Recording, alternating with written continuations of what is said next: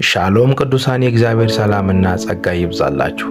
ዛሬ ወደ እናንተ ይዤላችሁ የመጣሁት የሉቃስ ወንጌል ምዕራፍ 1 ከቁጥር 1 ጀምሮ ያለውን ነው። በውስጡ በጣም ድንቅ መልእክት ያለው የእግዚአብሔር ቃል እንደ ማር የሚጣፍጥ ምክንያቱም ለሰው ከባድ የሆነ ለእግዚአብሔር ግን ቀላል የሆነ እዚህ ክፍል ላይ ስንመለከት ዘካርያስና ሚስቱ ኤልሳቤጥ በጽድቅ እግዚአብሔርን እያገለገሉ ነገር ግን ልጅ አልነበራቸውም።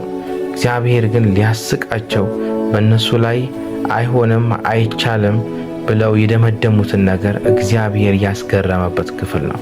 ማርያምም እንደዚሁ እግዚአብሔር መልአኩን ልኮ በማይቻል መንገድ እግዚአብሔር ሲያደርግ የምንመለከትበት ክፍል ነው እና በጣም ደስ የሚልና የሚወደድ ክፍል ስለሆነ ሁላችሁም ይሄንን ቪዲዮ የምታዩ ላይክ ሼር እያደረጋችሁ አብራችሁን ከኛ ጋር ይሄንን ቃል አብረን እናነባለን።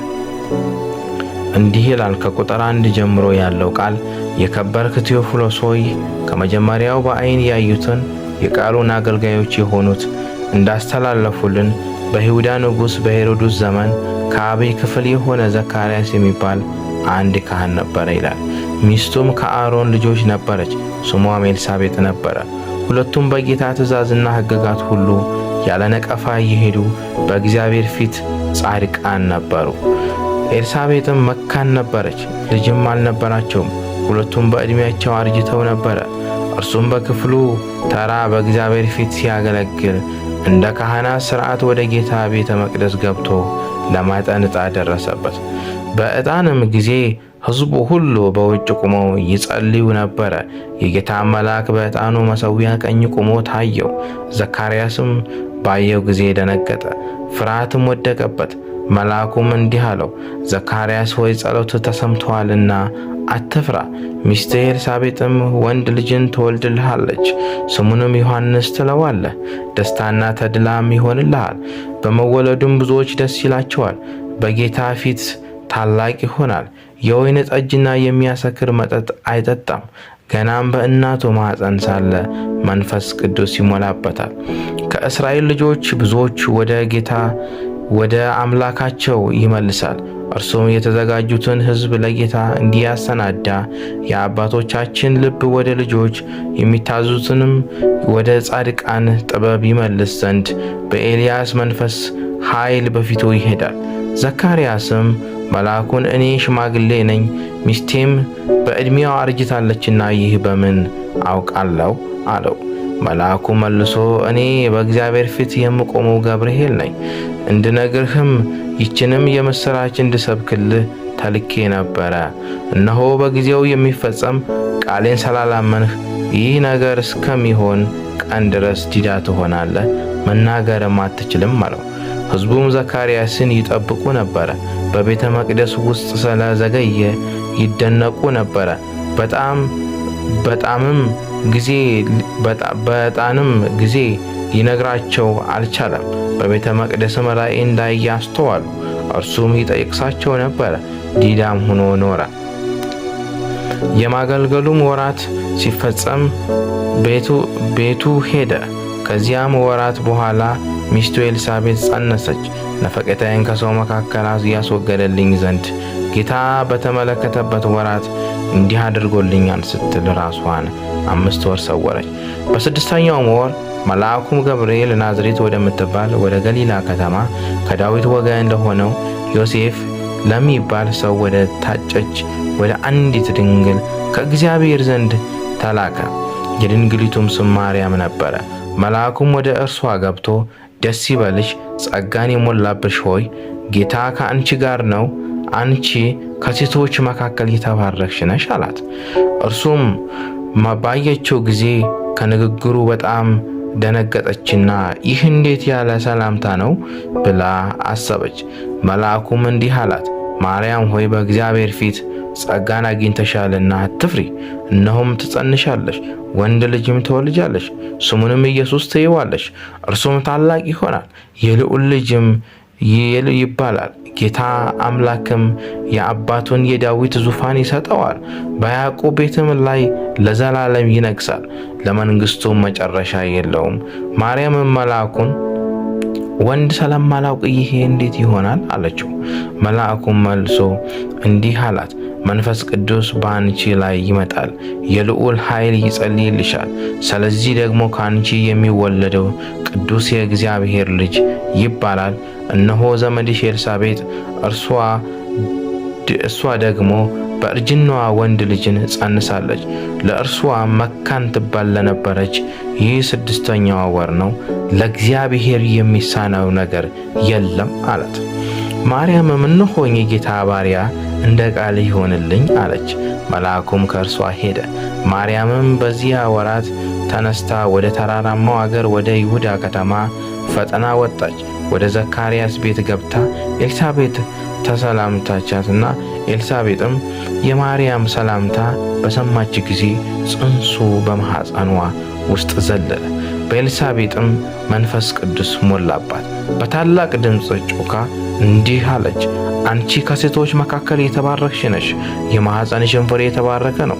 የጌታዬም እናት ወደ እኔ ትመጣ ዘንድ እንዴት ይሆንልኛል? እነሆ የሰላምታሽ ድምፅ በጆሮዬ በመጣ ጊዜ ጽንሱ በማኅፀኔ በደስታ ዘሏልና ከጌታ የተነገረላት ቃል ይፈጸማልና ያመነች ብፅዕት ናት። ማርያምም እንዲህ አለች፣ ነፍሴ ጌታን ታከብረዋለች፣ መንፈሴም በአምላኬ በመድኃኒቴ ሐሴት ታደርጋለች። የባሪያይቱን ወርድ ተመልክቷልና እነሆ ከዛሬ ጀምሮ ትውልድ ሁሉ ብፅዕት ይሉኛል። በብርቱ የሆነ እርሱ በእኔ ታላቅ ሥራ አድርጓልና ስሙም ቅዱስ ነው። ምሕረቱም ለሚፈሩት እስከ ትውልድ ትውልድ ይኖራል። በክንዱ ኃይል አድርጓል። ትዕቢተኞችን በልባቸው አሳብ በትኗል። ገዢዎችን ከዙፋናቸው አዋርዷል።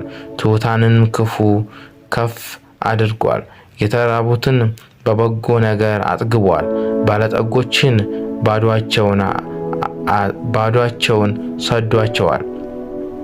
ለአባቶቻችን እንደተነገረ ለአብርሃምና ለዘሩ ለዘላለም ምሕረቱ ትዝ እያለው እስራኤልን ብላቴናው ረድቷል። ማርያምም 3 ወር የሚያህል በእርሷ ዘንድ ተቀመጠች። ወደ ቤቷም ተመለሰች። የኤልሳቤጥም የመወለጃዋ ጊዜ ደረሰ፣ ወንድ ልጅም ወለደች። ጎረቤቶቻቸውም ዘመዶቻቸውም ጌታ ምሕረቱን እንዳገነነላት ሰምተው ከእርሷ ጋር ደስ አላቸው። በ8ኛውም ቀን ሕፃኑን ሊገርዙት መጡ። በአባቱም ስም ዘካርያስ ሊሉት ወደዱ። እናቱ ግን መልሳ አይሆንም፣ ዮሐንስ ይባል እንጂ አለች። እነርሱም ከወገንሽ ማንም በዚህ ስም የተጠራ የለም አሏት። አባቱንም ማን ሊባል እንዲወድ ጠየቁት። ብራናም ለምኖ ስሙ ዮሐንስ ነው ብሎ ጻፈ። ሁሉም አደነቁ። ያን ጊዜ አፉ ተከፈተ፣ ምላሱም ተፈታ። እግዚአብሔርም እየባረከ ተናገረ። ለጎረቤቶቻቸውም ሁሉ ፍርሃት ሆነ። ይህም ሁሉ ነገር ይሁዳ በተራራማው አገር ሁሉ ተወራ።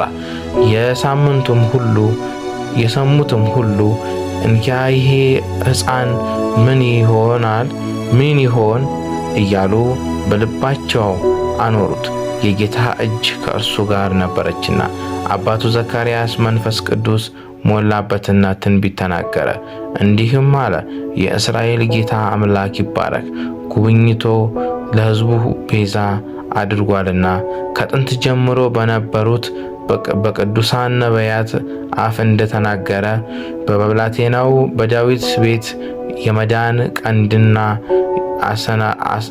አስነስቷልና ማዳኑም ከወደረኞቻችንና ከሚጠሉን ሁሉ እጅ ነው።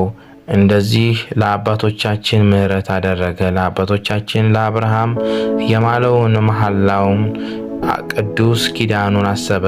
በእርሱም ከጠላቶቻችን እጅ ድነን በዘመናችን ሁሉ ያለ ፍርሃት በቅድስና በጽድቅ በፊቱ እንድናገለግለው ጸንተን ደግሞ አንተ ሕፃን ሆይ የልዑል ነቢይ ትባላለህ፣ መንገድህን ልትጠርግ በጌታ ፊት ትሄዳለህና። እንደዚህም የኃጢአታቸው ስርየት የሆነውን የመዳን ዕውቀት ለሕዝቡ ትሰጣለህ። ይህ ከላይ የመጣ ብርሃን በጎበኘበት በአምላካችን ምሕረትና ርኅራኄ ምክንያት ነው። ብርሃኑም በጨለማው በሞት ጥላ ተቀምጠው ላሉት ይበራል። እግሮቻቸውንም በሰላም መንገድ ያቀናል።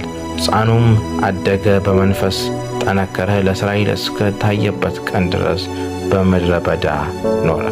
ተባረኩ። በጌታ በኢየሱስ ስም አሜን።